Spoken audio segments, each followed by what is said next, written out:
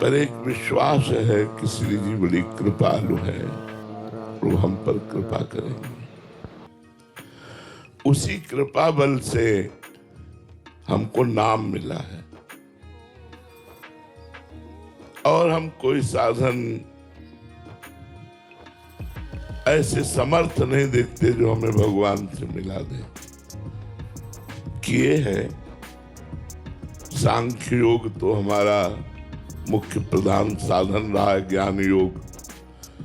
अष्टांग योग में भी ज्ञान योग का मिलान रहा है। कर्म योग को भी जानते हैं और भक्ति योग में तो है ही।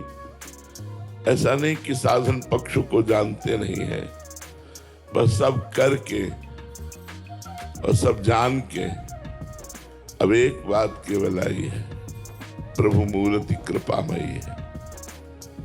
उनकी कृपा से हमारा जीवन उनके लायक हो सकता है।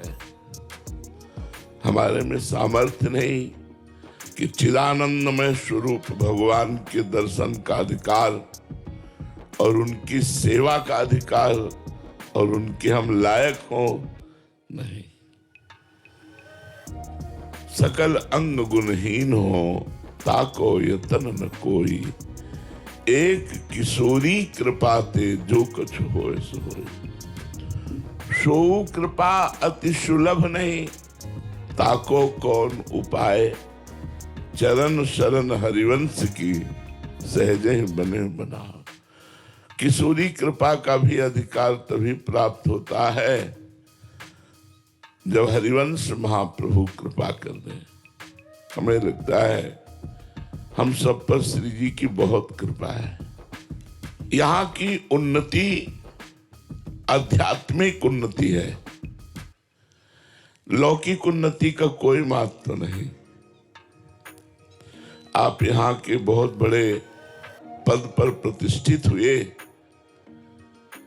राजकाज संभाला और भगवान से विमुख रहे, तो मरे तो आप नरक ही जाओगे। आपके लिए विमान थोड़ी आएगा कि आप इतने बड़े पद में थे तो आपको विमान। देखो, चूक हो जाए तो देवराज इंद्र पद से भी दुर्गति हो जाए। यहाँ के चक्रवर्ती सम्राट महाराज नहुष बहुत यज्ञ की और बहुत पुण्य किया, उसके प्रताप से वो त्रिभुवनपति देवराज इंद्र पद पर बैठे। और जब इंद्र बन गए तो वासना तो बहुत प्रबल होती है ना, तो उनको लगा जब इंद्र बन गए तो इंद्र की पत्नी इंद्राणी हमारी पत्नी होनी चाहिए। भूतपूर्व इंद्र की इंद्राणी हमारी पत्नी होनी चाहिए, क्योंकि मैं वर्तमान का इंद्र हूं। उन्होंने सूचना भेजी, वो अपने गुरुदेव बृहस्पति की शरण में गई और कहा, गुरुदेव, ये नीच राजा हमारे धर्म को भ्रष्ट करना चाहता है, आप ही हमारी रक्षा कर सकती हो। तो उनका इस समय वो त्रिभुवनपति पद पर विराजमान है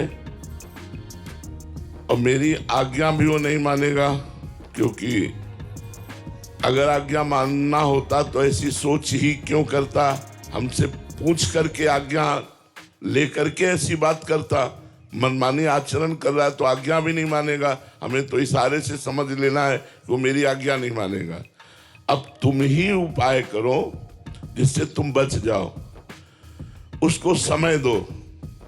तो समय दिया। अब वो जब समय आया तो काम की वेग वृत्ति फिर बृहस्पति की शरण में गए। उनका भगवान, वो तो समय भी आ गया।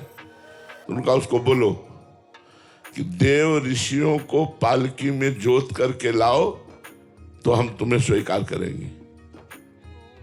सूचना पहुंची कि ब्रह्म ऋषियों को पालकी में जोत के, जो जगत बंदनी ब्रह्म ऋषि हैं, अब वो त्रिभुवनपति है, जो आदेश करेगा पालन करना पड़ेगा। अब ब्रह्म ऋषि में देव ऋषि सब तपस्या पूर्ण, सब भगवत प्राप्त महापुरुष, कुछ आगे लगे कुछ पीछे लगे। संस्कृत में तेज चलने को कहते हैं सर्प। सर्प सर्प सर्प माने तेज चलो, तेज चलो, जल्दी चलो। और ब्रह्म ऋषि तृण पत्ता दूब घास खा करके रहने वाले, एक लात मारी सामने जो ऋषि थे, और वो ऋषि दुर्वासा थे। उन्होंने मुड़ करके कहा तो हम ब्रह्म ऋषियों के ऊपर शासन करना चाहता है, जा सर्प योनि को प्राप्त हो जा। तो सीधे देवराज इंद्र पद से अजगर की योनि को प्राप्त हुए। सोचो त्रिभुवन पति कितना बड़ा पद है, तीनों लोकों का स्वामी, और कर्म बिगड़ गया तो अजगर की योनि को प्राप्त होता है। तो भगवान से विमुख होकर हम भारत के कोई बहुत बड़े पदाधिकारी हों और भगवान से विमुख हों और मनमानी आचरण करते हों तो हमारी दुर्गति पक्की है ना। तो मनुष्य जन्म लौकिक उन्नति के लिए नहीं मिला है, ये तो अपने आप भाग्य के वशात होती जाएगी। मनुष्य का प्रयास आध्यात्मिक होना चाहिए। आध्यात्मिक के साथ साथ अगर लौकिक उन्नति है तो वो सराहनीय है। केवल लौकिक उन्नति है, आध्यात्मिक नहीं है, तो उसका चंद वर्षों महत्व है, 20 वर्ष 30 वर्ष। इसके बाद जब आप पधारोगे यहां से तो आपको दुर्गति भोगनी पड़ेगी। इसलिए मनुष्य जीवन का परम लक्ष्य है भगवत प्राप्ति। भगवत प्राप्ति अन्य साधनों से कलिकाल में होना बड़ा कठिन है। जैसे अष्टांग योग, 3 घंटे सिद्धासन और पद्मासन में बिना हिले डुले ऐसे हुए बिना 3 घंटे जो बैठ सकता है, जो 90 प्राणायाम 30 30 30 3 बार में 90 प्राणायाम, रेचक कुंभक पूरक, पूरक कुंभक रेचक, जो अपनी श्वास पर कंट्रोल, अपने शरीर पर कंट्रोल, और चित्त वृत्ति निरोधासा योगा, चित्त वृत्ति को परमात्मा में, वो भगवान को प्राप्त कर सकता है। बोलो इतने लोगों में कौन है ऐसा एक भी कि 3 घंटे बिना हिले पद्मासन और सिद्धासन में बैठ जाए और 90 प्राणायाम करके अपनी प्राणवायु का संशोधन करे और चित्त को परमात्मा में स्थित करे। है ना कठिन? और उससे जो सिद्धियां प्राप्त होती हैं वो मायामयी होती हैं। दूसरे की बात सुन लेना, आकाश में उड़ जाना, कई रूप धारण कर लेना, बड़ी सिद्धियां हैं, योग के द्वारा प्राप्त होती है। ज्ञान, गोस्वामी जी ने ज्ञान के लिए लिखा है, ज्ञान क पंथ कृपान क धारा, परत खगेश लगे नहीं बारा। ज्ञान का मार्ग जो है वो तलवार की धार है, गिरने में देर नहीं लगती और गिरा तो गया। ज्ञान को दीपक कहा गया है और बुझा तो बुझ गया। अब एक बात रह गई है, नाम जप। इसमें अपवित्र हो, पवित्र हो, सकाम हो, निष्काम हो, जवान हो, बूढ़े हो, स्त्री हो, पुरुष हो, पढ़े हो, ना पढ़े हो, कैसे भी हो, कलयुग केवल नाम आधारा, सुमिर सुमिर नर उतर ही पारा। यदि नाम जप नहीं करोगे तो अन्य कोई साधनों में कलिकाल में ऐसा भरोसा कम है कि वो हमें भगवत प्राप्ति करा दे। भगवान का नाम गरज रहा है, नाम संकीर्तनम यस्य सर्व पाप प्रणाशनम। अपने पुत्र को बुलाया नारायण तो परम पद की प्राप्ति। हम बार बार कह रहे हैं, आप नारायण नारायण नारायण कह के नारायण को पुकारोगे तो आपको परम पद की प्राप्ति नहीं होगी। इसलिए हम कहते हैं केवल राधा राधा राधा राधा उच्चारण करो, देखो तुम्हारी सारी बाधाएं, सारी चिंताएं मिट जाएंगी और सब अनुकूलता आपको प्राप्त हो जाएगी। हाँ, ये जरूर ध्यान रखना है कि जैसे रोग बढ़ा हुआ है तो कभी कभी कड़वी दवा दी जाती है, तो हम लोगों के अंदर मनमानी आचरणों का ढेर है, ढेर। कितने पाप किए हैं, उनको नष्ट करने के लिए थोड़ा दंड भी मिलेगा, प्रतिकूलता भी मिलेगी, रोग भी आएंगे, अपमान भी आएगा, पर यदि नाम जप करोगे तो ये आपको परास्त नहीं कर पाएंगे, ये आपको नीचा नहीं दिखा पाएंगे। महात्माओं के अनुभव की बात है। आज तक जितने ऊंचाई पर महात्मा पहुंचे वो सब भजन करने वाले पहुंचे। चाहे जैसे हो, यदि नाम जप कर रहे हो तो आप श्री जी तक पक्का पहुंच जाओगे।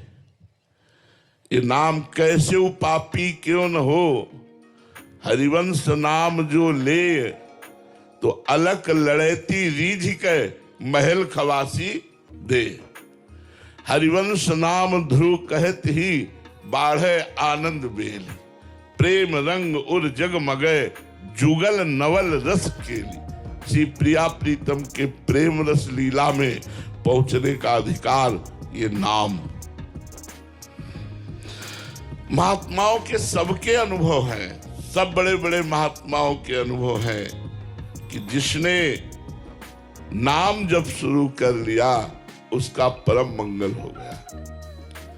राधा बाबा तो कहते हैं आपने राधा कृष्ण बोला एक बार जीवन में तो आपके मंगल महल की नींव रख गई। सुख समुद्र में डूबने के लिए आपकी तैयारी प्रारंभ हो गई, आपका शुभ मंगल शुरू हो गया, क्योंकि भगवान का नाम आपने जपना शुरू कर दिया। भाई जी से हनुमान प्रसाद पोद्दार जी ने कहा, मैं अपने जीवन की प्रथम और अंतिम अनुभूति कहता हूं कि तुम नाम जप करो, अन्य साधन बने तो ठीक है, ना बने तो छोड़ो, नाम जप करो। नाम जप करने से निश्चित तुम्हारे ऊपर भगवान की कृपा होगी और भगवान की प्राप्ति होगी। जब भगवान मिल जाते तो और सब कामनाओं की पूर्ति की क्या बात है।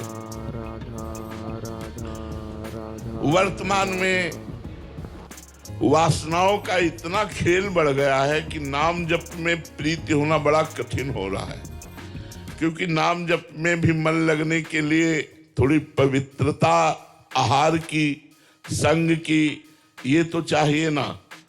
आज हमारा भोजन दूषित होता चला जा रहा है।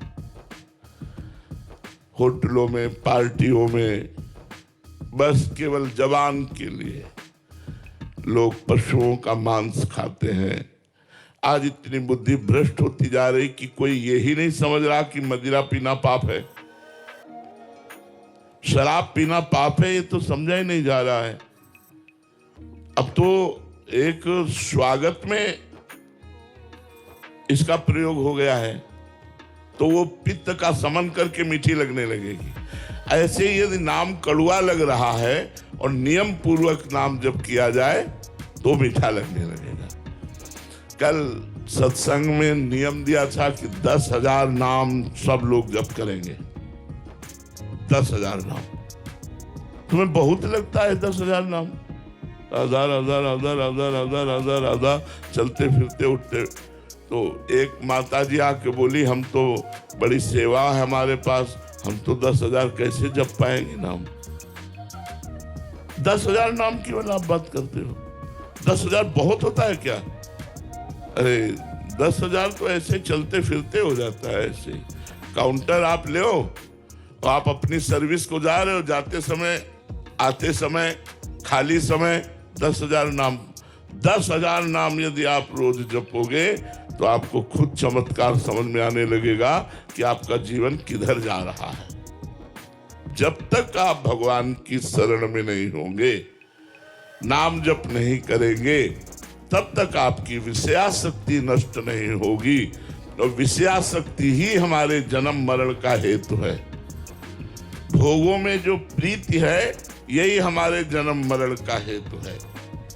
तो विषयान विषवत त्यज, शास्त्र कहता है विष के समान विषयों का त्याग कर दो।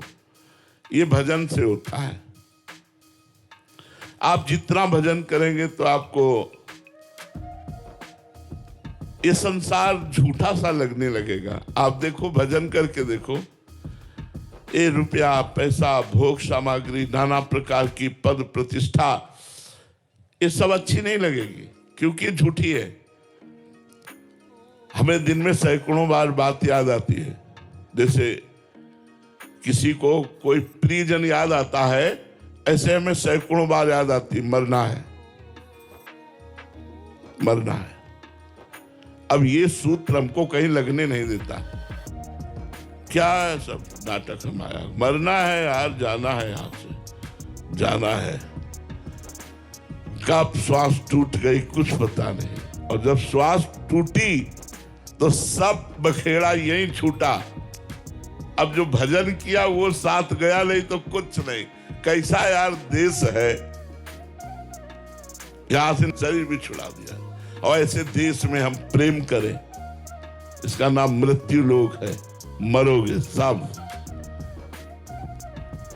हमारी बात थोड़ी कड़वी लगेगी, सब मरोगे, आज नहीं तो कल सब छूटेगा, आज नहीं तो कल। होश में हो जाओ, गंदे आचरण छोड़ दो, और भगवान का भजन करते हुए तुम्हें जो सांसारिक काम मिला है वो ठीक से ईमानदारी से करो और उसे भगवान को समर्पित कर दो। कृष्णार्पणमस्तु, तुम्हारा जीवन सफल हो जाएगा।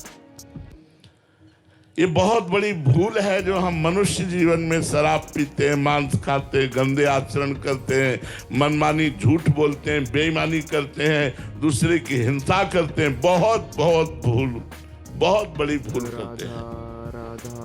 अब लो नशानी, अब ना नशे हो।